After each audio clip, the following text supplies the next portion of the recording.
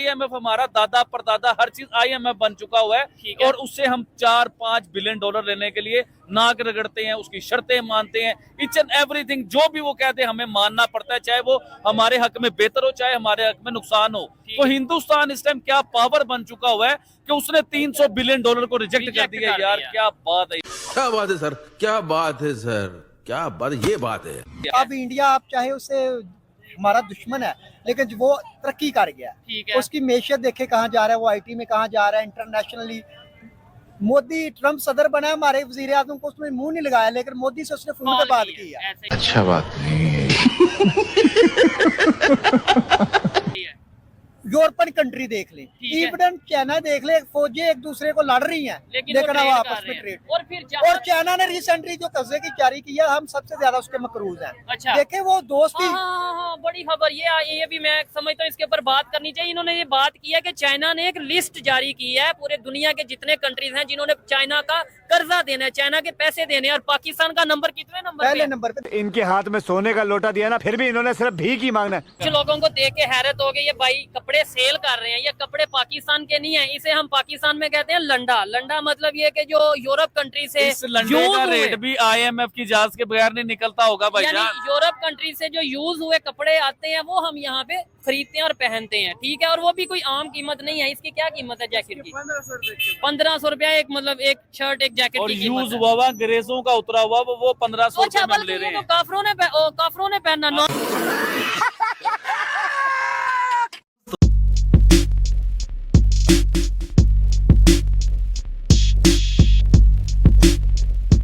बड़ी खबर ये है कि इंडियन गवर्नमेंट ने 300 बिलियन डॉलर रिजेक्ट कर दिए हैं। वो 300 बिलियन डॉलर कहां से मिल रहे थे, किसको मिल रहे थे, किस वजह से मिल रहे थे जो इंडिया ने रिजेक्ट किए, इसके ऊपर आबिद अली भाई से बात करेंगे। पाकिस्तान की मौजूदा सूरत-ए-हाल के ऊपर भी बात करेंगे। अस्सलाम वालेकुम आबिद भाई। जी वालेकुम अस्सलाम। कैसे हैं आप? ठीक है अल्हम्दुलिल्लाह। सबसे पहले तो बहुत शुक्रिया आपने कीमती, क्योंकि आप भाई सेलिब्रिटी हैं, स्टार हैं, आप वक्त ही नहीं निकालते, तो आपने वक्त निकाला उसके लिए बहुत शुक्रिया। मजाक ना करें, चले मुद्दे के ऊपर आते हैं। अभी आपके मुंह से सुन रहा हूँ कि हिंदुस्तान ने 300 बिलियन डॉलर रिजेक्ट कर दिए हैं। ठीक है, ये सिर्फ हिंदुस्तान नहीं है, इसमें और भी कंट्रीज हैं जिन्हें 300 बिलियन डॉलर की ऑफर्स हुई थी, मतलब सब कंट्रीज को मिला के 300 बिलियन। और ये वो जो पोल्यूशन जो हो रहा है ना, उसके लिए 300 बिलियन डॉलर की इंडिया को ऑफर हुई थी। लेकिन बड़ी बात है कि हिंदुस्तान ने इतनी बड़ी रकम, इतनी बड़ी दौलत, इतने ज्यादा डॉलर, 300 बिलियन डॉलर होते हैं, उसे रिजेक्ट कर दिया है।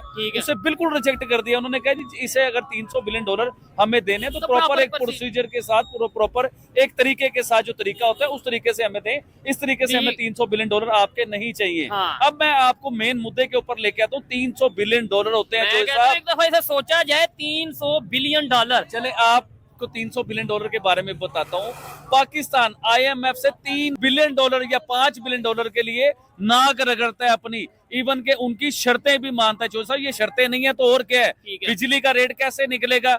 IMF कहेगा तो बिजली का रेट निकलेगा। गैस का रेट कैसे निकलेगा? IMF से निकलेगा। ईच एंड एवरीथिंग पाकिस्तान की कोई भी चीज है IMF के रेट से निकलेगी। आपका मोटरवे गिरवी रखवा देता है IMF, हमारे PIA को गिरवी रखवा देता है IMF। यानी कि IMF हमारा दादा परदादा हर चीज IMF बन चुका हुआ है और उससे हम 4-5 बिलियन डॉलर लेने के लिए नाक रगड़ते हैं, उसकी शर्तें मानते हैं, ईच एंड एवरीथिंग जो भी वो कहते हैं हमें मानना पड़ता है, चाहे वो हमारे हक में बेहतर हो चाहे हमारे हक में नुकसान हो। तो हिंदुस्तान इस टाइम क्या पावर बन चुका हुआ है कि उसने 300 बिलियन डॉलर को रिजेक्ट कर दिया। यार क्या बात है यार, ठीक हो गया। अच्छा आबिद भाई, आपने पाकिस्तान की बात की, नो डाउट इस टाइम भी जो पाकिस्तान की सिचुएशन है, आप इसके ऊपर क्या कहना चाहेंगे? बहुत से लोग तो बात कर रहे हैं, इवन मेन स्ट्रीम मीडिया पे भी आप देख लें या ओवरऑल सोशल मीडिया पे भी जो इस टाइम पाकिस्तान की सूरत-ए-हाल है उसके ऊपर कोई ऐसा बात नहीं कर रहा।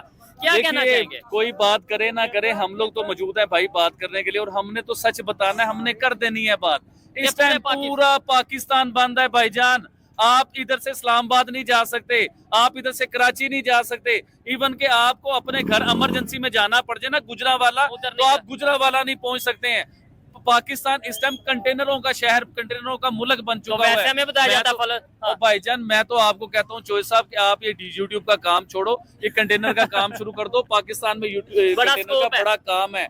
और देखें, हम लोग कहते हैं जी हमने फलस्तीन जाना है जंग लड़ने के लिए, फलस्तीन जाना है लड़ाई लड़ने के लिए। आप भाईजान जैसे इस्लामाबाद नहीं जा सकते, फलस्तीन जाना तो बड़ी दूर की बात है।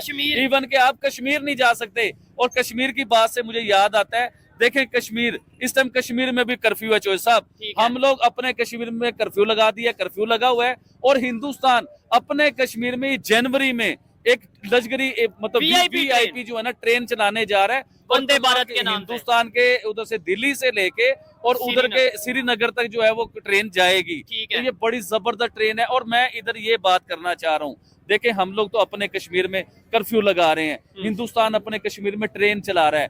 अबे नई यूथ, नई नस्ल को हम क्या मैसेज दे रहे हैं? आने वाली नई नस्ल हमारे पाकिस्तान के साथ होगी या हिंदुस्तान के साथ होगी? और हिंदुस्तान जो हमारे कश्मीरी भाई हैं वो हमारे साथ मिलना चाहेंगे?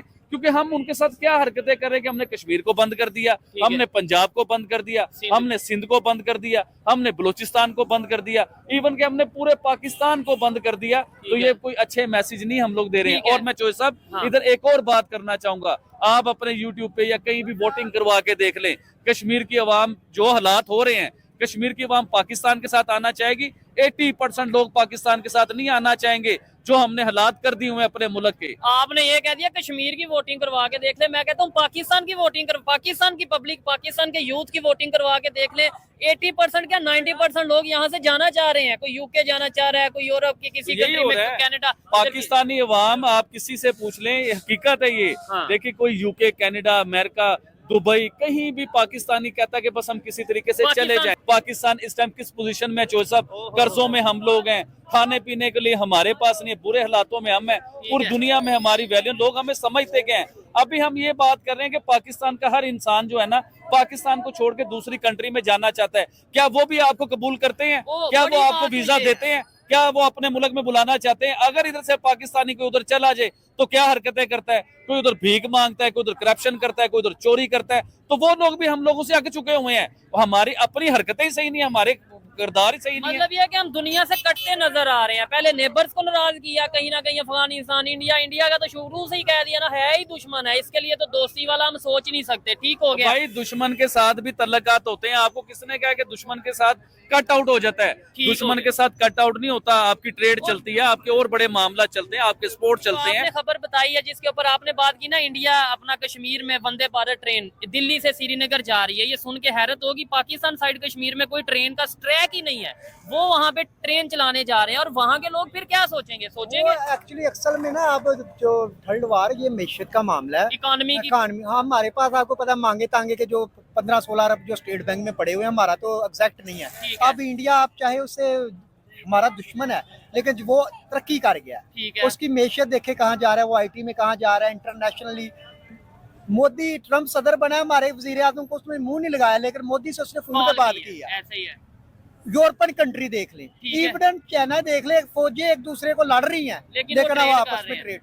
और चाइना ने रिसेंटली जो कर्जे की जारी की है, हम सबसे ज्यादा उसके मकरूज हैं। अच्छा, देखे वो दोस्ती। हाँ, बड़ी खबर ये भी मैं समझता हूँ इसके ऊपर बात करनी चाहिए। इन्होंने ये बात की है कि चाइना ने एक लिस्ट जारी की है पूरे दुनिया के जितने कंट्रीज हैं जिन्होंने चाइना का कर्जा देना है, चाइना के पैसे देने हैं, और पाकिस्तान का नंबर कितने नंबर? पहले नंबर पे। देखिए, हम चाइना दोस्त कहते हैं, देखिए हमें इससे बाहर निकलना चाहिए। ठीक है, वो हमारा नेबर है, ये नहीं हम कह रहे, लेकिन दोस्ती जो होती है, देखिए अगर दो सके भाई भी है ना, अगर एक भाई की जेब खाली है ना, वो सका भाई भी उसके साथ सही बर्ताव नहीं करे। हमें अपने मामला ठीक करने चाहिए। ठीक है आबिद भाई, ये जो इन्होंने बात की है, ये आपको पता था पहले कि चाइना ने ना एक लिस्ट जारी की है कि भाई ये कंट्रीज हैं जिन्होंने चाइना का कर्जा देना है, पैसे देने हैं, मकरूज हैं, उनमें नंबर 1 पाकिस्तान आया है, या फिर दोस्ती की वजह से सबसे ऊपर रखा होगा? बड़ी मजे की बात करने लगा हूँ।